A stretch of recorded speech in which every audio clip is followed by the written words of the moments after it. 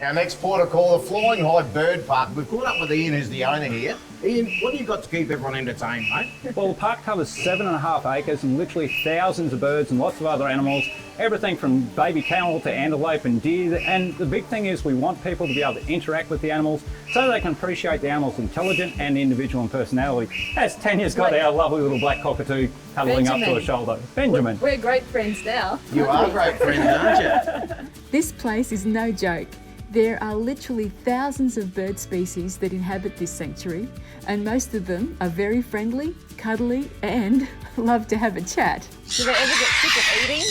Like, if you... Well, the crazy thing is up the each end of the enclosure there's dirty great big dishes with exactly the same food in, but they'd much rather come and feed out of your hand and interact with the people. Yeah, really? Which is amazing, you know, like, I mean, so they want to go out of their way to come along and interact with you. Yeah. Flying High Bird Park works not only to educate visitors, but also to protect endangered species and have guests view these animals through the lens of a conservationist.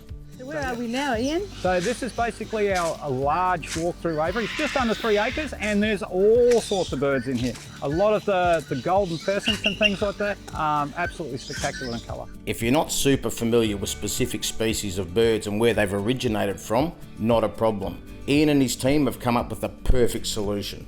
Yeah, basically with all our displays, we have our Asian section with all the Asian parrots, Australiana with all the Australian gear, and we try to theme it all. So as you're walking through, it feels like you're walking into a Japanese garden before you go into the Asian section. And same with the Australiana, you walk through an old country town with a whole stack of old cars and things. So trying to theme it so it actually feels like you're in that country when you're walking through. Mate, I've got to say already, you know, you come into the car park, looks like a shed. I thought we were going into a bit of an aviary.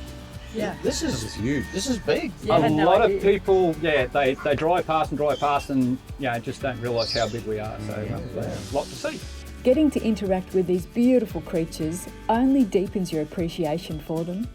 From funny looking to drop dead gorgeous, they all possess individual personalities and quirky traits. And basically our security is foolproof, where if there's a snake or something around, all the birds are screaming their heads off, and yeah, it's just like they're in your bedroom screaming. So I bet the neighbours love you.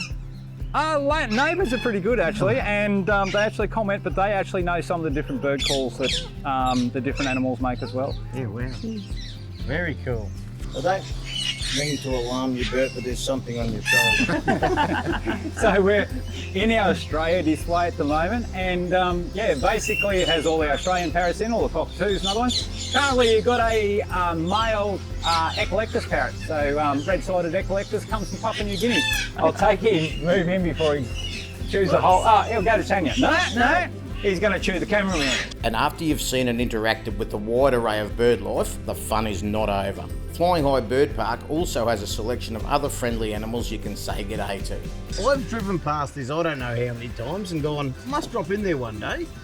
And the good thing about what I've learnt today is I can keep dropping in because you keep making changes. Yeah, no, we like to have new displays all the time, that way every time you come there's something new to see. Yeah.